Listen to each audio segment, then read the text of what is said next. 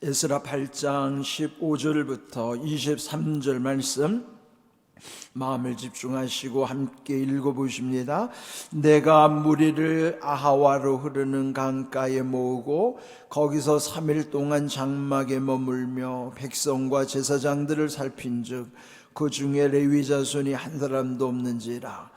이에 모든 족장 곧 엘리에셀과 아리엘과 스마야와 엘라단과 야립과 엘라단과 나단과 스가랴와 무슬람을 부르고 또 명찰한 사람 요아립과 엘라단을 불러 가세바 지방으로 보내어 그곳 족장 이또에게 나아가게 하고 이또와 그의 형제 곧 가시바 지방에 사는 느디님 사람들에게 할 말을 일러주고 우리 하나님의 성전을 위하여 섬길 자를 데리고 오라 하였더니 우리 하나님의 선한 손에 도우심을 입고 그들이 이스라엘의 손자 레위의 아들 말리의 자손 중에서 한 명철한 사람을 데려오고 또 세레바와 그의 아들들과 형제 18명과 하사바와 무라리 자손 중 여사야와 그의 형제와 그의 아들들 20명을 데려오고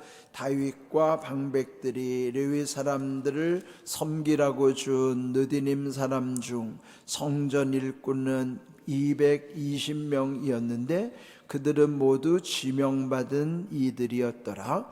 그때에 내가 아하와 강가에서 금식을 선포하고 우리 하나님 앞에서 스스로 겸비하여 우리와 우리 어린아이와 모든 소유를 위하여 평탄한 길을 그에게 간구하였으니 이는 우리가 전에 왕에게 아뢰기를 우리 하나님의 손은 자기를 찾는 모든 자에게 선을 베푸시고 자기를 배반하는 모든 자에게는 권능과 진노를 내리신다 하였으므로 길에서 적군을 막고 우리를 도울 보병과 마병을 왕에게 구하기를 부끄러워하였음이라.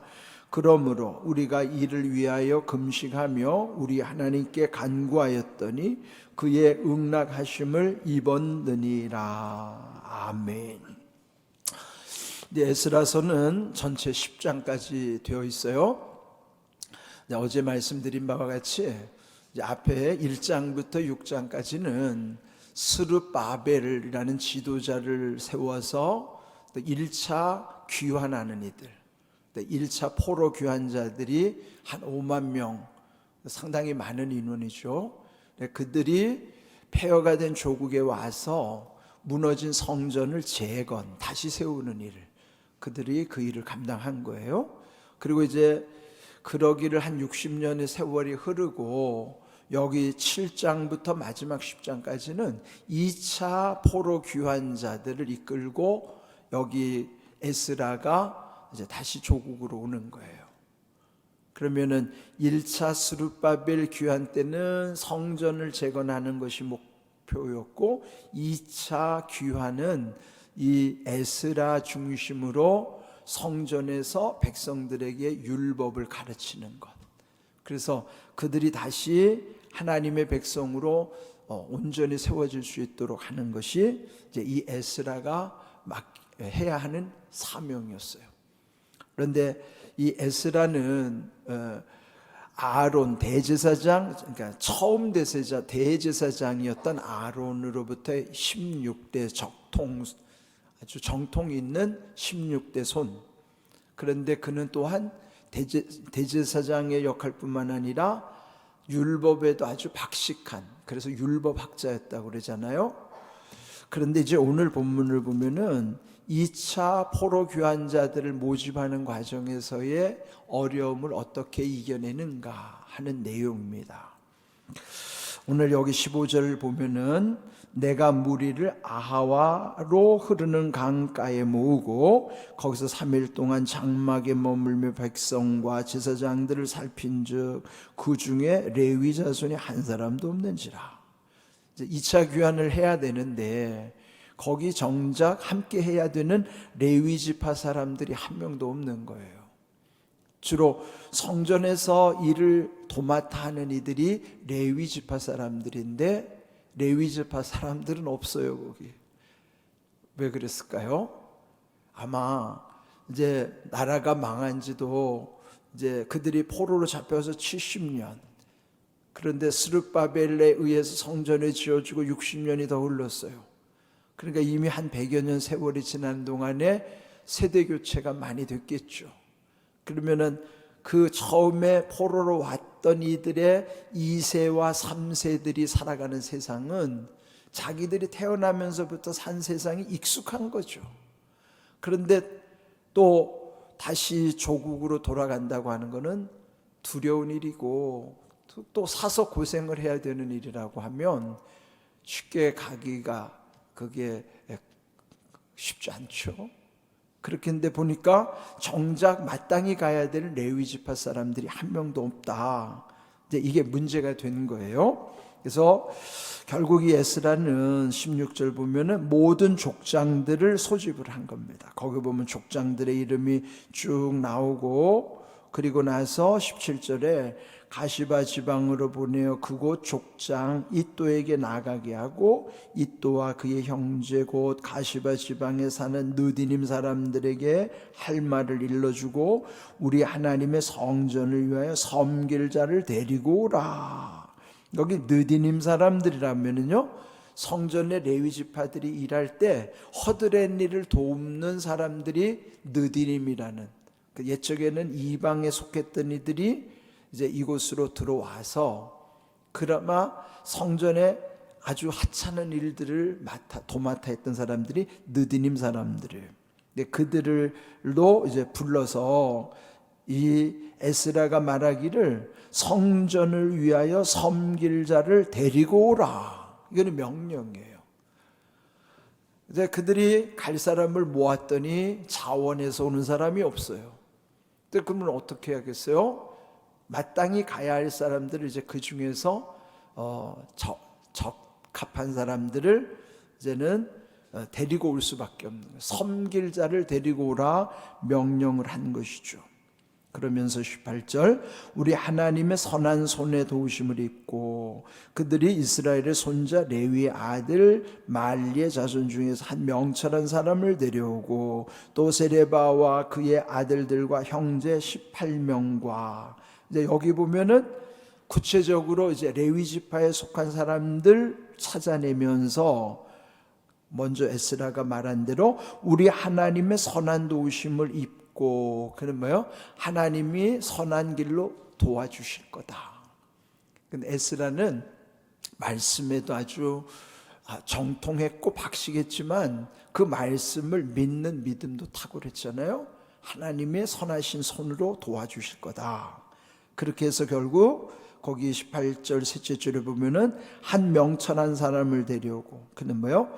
이제 그 레위 지파 중에 한 지혜로운 사람을 이제 데리고 와서 또 그의 아들들 중에 형제 18명, 또 거기 무라리 자손 중에 또 여사야와 그의 형제와 그의 아들들 20명, 이제 레위 지파에 속한 사람들을 이제 다 소집을 하는 거죠. 그렇게 해서 20절 다윗과 방백들이 레위 사람들을 섬기라고 준 느디님 사람 중 허드렛 일을 맡은 그들 중 성전 일꾼은 220명이었는데 그들은 모두 지명받은 이들이더라. 그러니까 결국 지명을 받았다는 게 뭘까요? 그들은 이제 여기 에스라가 명한 대로 섬길 자를 데리고 오라, 그 명령을 받아서 레위 지파에 속한 이들 중에서 꼭 함께 해야 될 자들을 가서 이제 일일이 다 지명하는 거예요. 그러면은 자원하는 거하고 지명당하는 거하고 느낌이 다르겠죠. 뭐든지 자기가 원하는 것은 기쁨으로 할 수 있겠지만은 꺼려지는 일을 어쩔 수 없이 해야 된다고 하면 그 쉬운 일이 아닐 거예요. 예수님 십자가를 지고 가실 때에 그게 너무 감당하기 어려워서 그때 거기 그 주변에서 구경꾼 중에 한 사람을 대신해서 예수님의 십자가를 지도록 했죠. 그 사람이 누구죠? 그 사람이 구레네 시몬이라는 사람, 구레네 사람 시몬. 그도 지명당한 거예요. 그날 그냥 예수님 십자가 지고 가는 길을 옆에서 구경하다가 많은 구경꾼들 중에서 하필이면은 구레네 출신의 시몬이라는 사람이 지명을 당했어요. 뽑혀가지고 원하지도 않는 그 예수님 십자가를 대신 지고 가는 꼴이 된 거예요. 그 구레네 시몬이 억지로 진 십자가예요. 자기가 원한 십자가도 아니잖아요. 억지로 진 십자가를 지었을 때 구레네 시몬의 마음이 어떻겠어요? 만약 그 사람이 한국 사람이고 믿지 않는 사람이었다면은 뭐라고 투덜거렸겠어요? 세상 사람들이 흔히 말 안 했잖아요. 아이고 재수 옴 붙었다 그럴 거야 아마. 우리 표현을 하면 그럴 겁니다. 그런데도요, 성경은 구레네 시몬의 아내도 그 아들도 초대교회에서 엄청 영광스러운 자리에 올라가게 하시는 거예요. 그를 성경이 기록하는 겁니다. 그 무슨 의미예요? 억지로 진 십자가도 하나님은 결코 그것을 무가치하게 여기지 않는 거예요. 거기서 뭘 알 수 있어요? 하나님은 공짜가 없다. 자원하여 기쁨으로 하면은 그거는 하나님이 더 기뻐하시죠. 그런데 구레네 사람 시몬은 억지로 진 십자가지만 그 집이 엄청난 복을 받는 거예요. 이런 거 보면요, 때로는 우리가 주님의 일을 할 때 참 하기 싫은 일이 있어요. 그럴 때 이 구레네 출신 시몬처럼 참 막 힘들게 그 일을 억지로 한다 하더라도 하나님은 그것마저도 결코 헛되게 하지 않으시는 거예요. 그래서 때로 우리에게 있어서 기쁨으로 감당하면 그게 제일 좋은 거예요. 그러나 때로 기쁨이 없어도 억지로 어쩔 수 없이 해야 되는 거 있어요. 예? 뭐 저도 목회를 할 때도 그렇고 여러분에게 직분이 있을 때 마찬가지예요. 이 하나님이 주신 것은 자기가 이 직분은 그래요. 자기가 하고 싶다고 직분 주는 거 아니에요. 아니 나 집사 하고 싶어요, 권사를 하고 싶어요, 장로를 하고 싶다요. 자기가 하고 싶다고 시켜주는 거 아니에요. 그렇다고 또 나 하기 싫어요, 못해요. 그래서 피해가도 안 되는 거예요. 내가 원한다고 주는 것도 아니고 내가 싫다고 거부해서도 안 되는 거란 말이에요. 그래서 직분을 소홀히 여기면 안 돼요. 자기 기분 따라서 뭐 떼었다 붙였다 막 한다고 했다 안 한다고 했다 그러면 안 되는 거예요. 이 하나님의 직은 하나님이 아주 그 자체를 귀하게 여기는 거예요. 그를 소홀히 여기면 큰일 나는 것이고, 억지로 했다 하더라도 하나님은 결코 그것을 무시하지 않는다는 거예요. 그래서 우리가 주일을 할 때 늘 기쁨으로 하는 것, 그건 정말 얼마나 좋은 일이겠어요.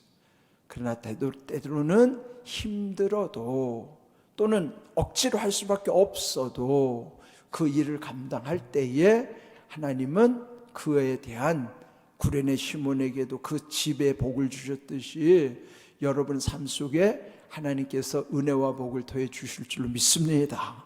그 복은요, 구레네가 누리지 못했어도 그 가족이 누리거나 그 후대가 누리는 거예요. 지금 내가 누리지 못한다고 해도 내 후대가 누릴 수 있는 거예요. 그는 다 없어지는 게 아니고 쌓여지는 거예요. 어떻게 보면 그는 저축해 두는 거란 말이에요. 하나님은 절대로 공짜가 없어요. 그래서 죄를 지었으면 죄에 대한 공의를, 그 대가를 반드시 지불해야 되고요. 잘한 것과 선과 악에 대해서 하나님의 평가는 분명한 거예요. 그냥 뭐 말로 때우는 거 그거 없어요. 그에 대한 책임을 반드시 감당해야 돼요. 그래서 공과 사는 준엄한 겁니다. 사적인 건 자기 마음대로 해도 상관없어요. 그러나 공적인 영역이 뭐예요? 자기뿐만 아니라 이 공동체에 함께 연결이 되는 게 공적인 일이에요. 공의의 하나님이, 공의라는 건 뭐예요? 공동체의 의로움이에요. 그 공동체의 의로움을 중요하게 여기시는 게 공의의 하나님이란 말이에요. 우리 뜻을 잘 모르더라고요. 공의의 뜻이 뭔지를 몰라요. 그저 하나님은 뭐 이래도 흥 저래도 흥 마음씨 좋은 할아버지로 여기는 사람들이 있어요. 그저 무슨 손자가 할아버지 수염을 막 뽑아도 허허허 웃는 그런 할아버지처럼 하나님을 생각하면 안 돼요. 하나님은 무분별하거나 무절제하신 하나님이 아니에요. 하나님은 질서의 하나님이에요. 그래서 고린도전서 14장 40절 모든 것을 품위 있게 하고 질서 있게 하라는 거예요. 하나님은 품위를 강조하시고 질서를 강조하시는 거예요. 아무렇게나 막 해도 되는 무분별하고 무질서한 게 아니에요. 우리 공항교회는요, 하나님의 살아계심을 증거해야 되는 교회예요. 그럼 뭐예요? 하나님의 은혜 안에서 그런 모든 원리가 작동하는 것이, 그게 우리에게 하나님 보여주셔야 하는 거란 말이에요. 그래서 여기 지금 에스라가 이런 모든 일을 하는 데 있어서 지명받은 이들을 통해서 일을 하는데, 그 다음 21절 그때에 그 에스라는 아하와 강에서 금식 선포하고 하나님 앞에서 스스로 겸비하여 우리와 우리 어린아이와 모든 소유를 위하여 평탄한 길을 그에게 간구하였다. 하나님께 간절히 기도하는 거예요. 에스라의 훌륭한 점은 그가 말씀에만 깊은 게 아니라 기도의 사람이었다는 거예요. 말씀과 기도가 함께 깊다고 하면은 사실은 이 목회자들의 중요한 모델이에요, 이 에스라는. 예? 저도 마찬가지예요. 주의를 감당하는 사람의 소원은 그 말씀에 대한 지혜와 기도에 대한 능력, 이 항상 사모하는 거예요. 예? 목사가 뭐 다른 세상과 뭐 구분되는 게 뭐 있겠어요? 예? 목사로서는 하나님 앞에 최고의 기도 바람은요, 그저 말씀 속에서 하나님 지혜를 부어주시고요, 기도할 때마다 하나님 성령 충만한 능력 주시옵소서, 그거밖에 없어요. 에스라가 그런 사람이었단 말이에요. 그건 뭐예요? 목회자들의 정말 중요한 롤모델이란 말이에요. 그래서 여기 지금 이 에스라가 하나님께 금식하면서, 왜? 지금 이제 고국으로 돌아가는 데서 평탄한 길을 주시옵소서 그러면서 22절 전에 왕에게 뭐라고 말했냐면, 우리 하나님의 손은 자기를 찾는 모든 자에게 선을 베푸시고 그러나 배반하는 모든 자에게는 진노를 내리시는 하나님이기 때문에 그 우리와 함께 하신 하나님이 우리가 가는 길에 적군들을 막아주심으로 우리를 도와주는 보병 마병을 왕에게 구하기를 부끄러워하였다. 그러면 왕이 도와준다고 그랬거든요. 군대도 붙여준다고 그랬는데 에스라가 하나님이 지켜주시니까 괜찮다 그랬어요. 아니 그런데 정말 그 하나님이 지켜주셔야 하기 때문에 금식하면서 기도하는 거예요. 그러면서 23절 우리가 이를 위하여 금식하며 우리 하나님께 간구하였더니 그의 응낙하심을 입었더란 뭐예요? 응낙이 뭐예요? 응답을 허락하셨다는 거지. 낙은 허락이에요. 락. 응답을 허락하신 게 응락이란 말이에요. 응낙. 응답을 허락하신 거예요. 에스라 이렇게 기도 가운데 응답을 받고 이제 출발을 하는 것이죠. 오늘 중요한 사실은 뭐냐면은, 자, 그들을 데려오라고 그랬는데 레위 지파 사람이 없어가지고, 여기 레위 자손이 없어서 섬길 자를 데리고 오라. 오늘 제목이에요. 섬길 자를 데리고 오라. 그러면서 결국 찾아 나서서 지명을 했고요. 그 지명받은 자들이 온 거예요. 지명받는다는 게 얼마나 귀한 일인가. 이사야 43장 1절 함께 읽어봅니다. 야곱아 너를 창조하신 여호와께서 지금 말씀하시느니라. 이스라엘아 너를 지으신 이가 말씀하시느니라. 너는 두려워하지 말라. 내가 너를 구속하였고 내가 너를 지명하여 불렀나니 너는 내 것이라. 지명이 나와요. 지명이 뭐예요? 손가락으로 꼭 집어넣어서 그게 지명이에요. 그 지명하는 의미는 뭐야? 하나님이 왜 지명하시는가? 너는 내 것이라. 그래서 지명하신 거예요. 우리가 하나님께 지명받았다는 거는요, 아, 내가 하나님의 소유구나, 하나님의 것이구나, 하나님이 나와 함께 하신다고 하는 그게 얼마나 놀라요. 지명받았다는 게 은혜예요. 억지로 하는 것만 생각하면 부담스럽지만 왜 나를 지명하셨을까를 생각하면 너는 내 것이라고 하나님이 확증해 주셨기 때문에 지명하는 거예요. 지금 이 주의 일을 하는 데 있어서 그들이 지명받고 이 험한 길을 가지만은 하나님이 함께 하시기 때문에 우리 인생길 마찬가지예요. 도우시는 하나님, 하나님의 손으로 여기 함께 하신다고 그랬잖아요. 왜 우리를 지명하시는가? 우리가 왜 이 주님의 교회에 들어왔는가 하면 하나님이 지명하여 불러주셨기 때문에, 그래서 너는 내 것이라고 말씀하시는 은혜 가운데 살기 때문인 거예요. 이런 귀한 은혜를 기억하시고 험한 세상만 보지 말고 지명하여 이 시대를 살아가기 위해 하나님의 뜻을 잘 깨달으십시오. 이런 귀한 은혜 가운데 날마다 감사함으로 하나님의 은혜를 누리기를 주의 이름으로 축복합니다. 아멘.